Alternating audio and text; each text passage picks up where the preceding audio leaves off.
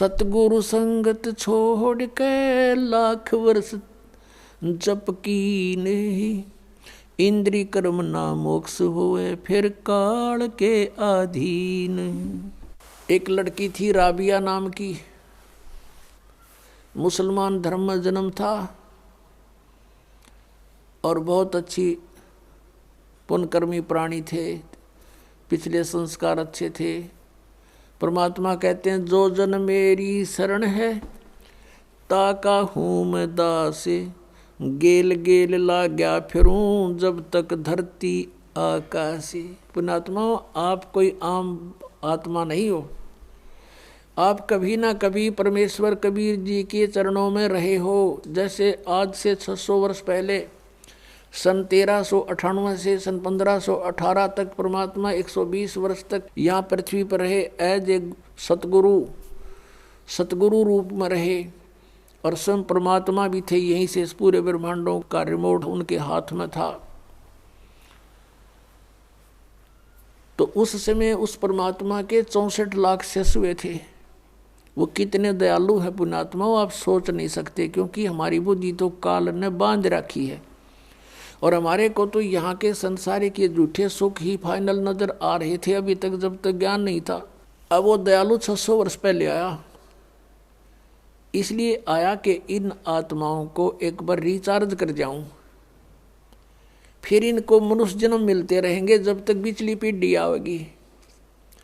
ये कलयुग के प्रारंभ की बातें हैं।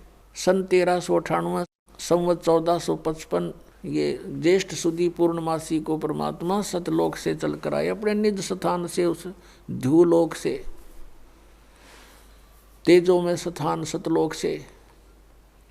और एक कमल के फूल पर बनारस के अंदर काशी शहर में, शहर के बाहर वन में एक लहरतारा सरोवर में खिले कमल के फूल पर आकर प्रकट हुए।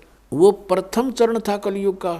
अब ये बिचली पीढ़ी, ये मध्य का समय है कलयुग का, और कलयुग का लास्ट जो होगा उसके विषय में बताया कि उसमें सब कृत गढ़ी प्राणी हो जाएंगे। कोई भी धर्म कर्म को नहीं मानेगा, शराबी कबाबी मांसाहारी, एज बहुत कम हो जाएगी, 20 वर्ष की उम्र मनुष्य की रह जाएगी एंड ऑफ द कलयुग में, कलयुग के लास्ट में। और उसमें 5 खंड होंगी, जैसे 15 वर्ष की उम्र में सभी मर लिया करेंगे, युवा भी हो लेंगे, ब्याह भी करवा लेंगे, बच्चे भी उत्पन्न हो लेंगे और मर भी लेंगे। और उसमें 5 वर्ष की लड़की विवाह होते ही 5 वर्ष की लड़की के बच्चे उत्पन्न होने लग जाएंगे कलयुग के लास्ट में, और बिल खोद के प्राणी रहा करेंगे। तो वो तो है एंड ऑफ द कलयुग। और अब है ये मध्य, और प्रथम पीढ़ी परमात्मा की जब मालिक आए थे वो थी, और अब है बिचली पीढ़ी। तो इस बिचली पीढ़ी तक आपको लाने के लिए कि ये मनुष्य इनमें आस्था भगवान की बनी रहे, चाहे ये कोई पत्थर पूजे हैं, चाहे ये किसी कृष्ण जी ने पूजे हैं, चाहे ये कोई और अपना बाबा श्याम जी के धोख में प्रसन्न है, लेकिन वो थे पूर्व के संस्कार। और हम सोच रहे थे कि इन देवताओं की पूजा से हमें सुख हो रहा है, क्योंकि हमें ज्ञान नहीं था। जैसे ये दास भगवान श्री कृष्ण का विशेष पुजारी था, भगवान विष्णु समझो, कृष्ण श्री राम, भगवान शंकर, हनुमान जी का पुजारी, यानी जैसे सारी कौड़ी भर रहे थे। पहले साधली साधना कराया करते थे। बाबा श्याम जी हमारा इष्ट देव यानी कुल देवता, और वो भी पूजा। और ये थे तब पिछले संस्कारी बताएं कुल की हमारी। तो उसमें जैसे हम स्कूल में पास होते थे शिक्षा में, तो अपने सोचा करते भगवान कृष्ण ने दया करती, फिर बाबा श्याम जी याद आ गया, बाबा श्याम जी ने दया कर दी, बजरंग बली की मेर जय हो, उसने मैं पास करा दिया। फिर विवाह हुआ, नौकरी प्राप्त हुई, संतान हुई, तो इन्होंने सोचा करते इन भगवान ठाठ कर दिए, और इनकी पूजा करते थे। आस्था थी और ज़्यादा आस्था बढ़ती चली गई, क्योंकि सुख होने लगे। ये हो रहे थे पूर्व के संस्कार, प्रारब्ध ही फल रहा था हमारा, और हम सोच रहे थे इनने मौज कर रखी है। तो ऐसे ही पहले ये सब होता रहा। तो परमात्मा 600 वर्ष पहले आए थे, और वो कहीं भी जा करके खड़े हो जाते थे, जैसे कोई मदारी तमाशा कराया करे, और खड़े हो जाते थे चौराहे पर या गली के बीच में गांव में, और वहाँ गाने लग जाते थे, अपना शब्द सुनाया करते थे। मानुष जन्म दुर्लभ है ये मिले न बारंबार, तरवर से पत्ता टूट गिरे बहुर न लगता डार। परमात्मा ने ऊंची ऊंची आवाज़ में कहीं खड़े होकर बोलने लग जाते, आसपास के लोग इकट्ठे हो जाते, काफ़ी झुंड बन जाता। और मालिक की आवाज़ तो लाउड स्पीकर से भी तेज थी, जहाँ जो बैठा है उसको वहीं सुन रहा है और आराम से बोल रहे हैं। और लीला थी उस मालिक की, परमात्मा के आगे क्या है लाउड स्पीकर। तो ऐसे सैकड़ों की संख्या में भक्त वहाँ जमा हो जाते, फिर प्रार्थना करते, हे भगत जी आज़ाद और डट जाओ हमारे गाँव में। अच्छा भाई डट जाऊंगा, वो तो गए इस उद्देश्य से थे। फिर अगले दिन फिर परमात्मा शाम ने भी सुनाते, दिन में वो अपना धंधा करे थे, शाम ने फिर कराएंगे भैया जी हो। ऐसे लाखों लोग हो गए थे भगवान के, एक दिन में सैकड़ों जगह प्रकट हो जाते हैं भगवान। जैसे आज तो ये टीवी हो गए, एक व्यक्ति बोलता करोड़ों टीवियों में जाकर वो सारा अपना ज्ञान दे सकता है। उस समय ये भी नहीं थे, और ये होते तो कबीर साहब ने बोलन कौन देता, जैसे इस दास के साथ हो रही।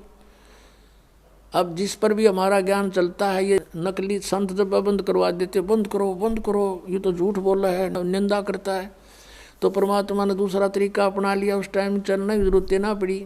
तो ऐसे, और फिर उनको सुख हुआ नाम लेते ही, केवल प्रथम मंत्र देते थे भगवान उस समय, और बीच के ओनली ये 5 नाम जो आपको प्रथम मंत्र में दिए जाते, ये थे वो 5 नाम जो राधा स्वामी वाले घाटा जोड़ रहे हैं। 5 नाम, वो 5 भी नाम वो भी कोई ना काल के 5 होते हैं। और इनसे लाभ होगा आपको यहाँ का भी, और यहाँ से हम चलेंगे जैसे हमारे शरीर में चैनल बने हुए हैं, इनमें ये प्रधान बैठे हैं, इनके मालिक हैं ये, इनका अकाउंट क्लियर करके हम आगे जा सकते हैं त्रिकुटी पर। तो उस समय हमें ज्ञान आधार नहीं रहा, सुख गणे दिए परमात्मा ने, क्योंकि ये सुख सागर है प्रभु।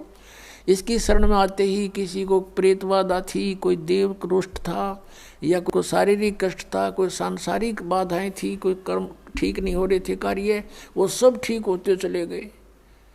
और ऐसे करिश्मे करे परमात्मा ने। उनके घरों में गरीब व्यक्ति थे, और शाम ने 10 रुपये धरके सोते, तड़के 100 पाते उनके घर पे, और वो आकर बताते तो गुरु जी की कृपा से ऐसी रजा होगी। कोई नो कहना तुम रख के भूल गए हो गया, आप पे थर भूल लाग रही है, नो कदे हो आकर। तो वो जिसके बीतता वो जान कड़ब दर का भूलना समय था उस समय। तो अब भी ऐसी लीलाएं हो रही हैं। एक भक्त बता रहा था जी, मैं 1-1.5 वर्ष से कोशिश कर रहा था पुस्तक पढ़ के कि चालू नाम लूँ, पर पैसे का अभाव था। तो वो कह रहा था कि ऐसे करते करते मैं घना दुखी हो गया, भगवान परमात्मा का इतना अमृत ज्ञान और मैं पहुँच नहीं पा रहा, रोने लग गया। एक दिन कहता 100-200 रुपये बैंक में पड़े थे, वो निकलवाने गया था, 6,000 रुपये बैंक में पाए, 6,000 रुपये मेरे अकाउंट में जमा हुए पाए। लेकर छक्कर हो ये परमात्मा, या दया भी बख्श दी। अगले दिन ट्रेन पकड़ दी, बहुत दूर रहने वाला था बच्चा। तो ऐसी ऐसी लीलातियाँ लाखों करेगा परमात्मा आपके लिए, लेकिन आप किसी और को बताओगे उनका झूठ बोल रहे हैं, क्योंकि उनके साथ कभी ऐसा हुआ नहीं। हुआ क्यों नहीं? क्योंकि उनको पावर का कनेक्शन मिला नहीं। जो मैनुअली जो कार्य होता है, पावर का काम उससे अलग होता है। तो यहाँ पावर का कार्य है, परमात्मा का कार्य है, ये जनसाधारण नहीं मान सकता इन बातों को। तो इस प्रकार परमात्मा ने वो 64 लाख शिष्य हो गए, सबको ये मंत्र दे दिया। फिर हम, क्योंकि ज्ञान हमें था नहीं, कोई भी बैकाले था, हिंदू और मुसलमान दोनों को उपदेश दिया करते भगवान, और कहा करते भाई हिंदू मुस्लिम दो नहीं भाई, 2 कहे सो नरक में जाई, एक पिता की संतान हो तुम, ये काल ने तुम्हारे को यहाँ आपस में दुश्मन बना दिया, भिन्न भिन्न बना के।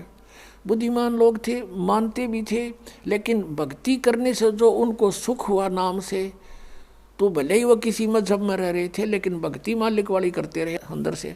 लेकिन कुछ समय के बाद क्या होता है इस प्राणी के साथ कि इसको सुख घना हो जाता है, क्योंकि वो मालिक सुखदाई है, ये दयालु परमात्मा है। इसकी जरा सी मेहर से इतना सुख हो जाता है, जीव बौंदल जाता है, विचलित हो जाता है। फिर कुछ दिनों के बाद क्या हुआ, धीरे धीरे परमात्मा से दूर हो गए। कोई कह दे नहीं भाई भगवान तो भगवान है, ये कबीर भगवान नहीं है, ये अल्लाह नहीं है, ये तो झूठ बोलता है। ठीक है तुम्हें सुख हो गया होगा, छोटा मोटा कोई सिद्ध पिद्ध होगा ही वैसे। तो इस तरह उन्होंने, हमें ज्ञान ना होने से अपने मजहब के लोगों ने परमात्मा से हमें पुनः दूर कर दिया, लेकिन उस मालिक का उद्देश्य था वो पूरा हुआ।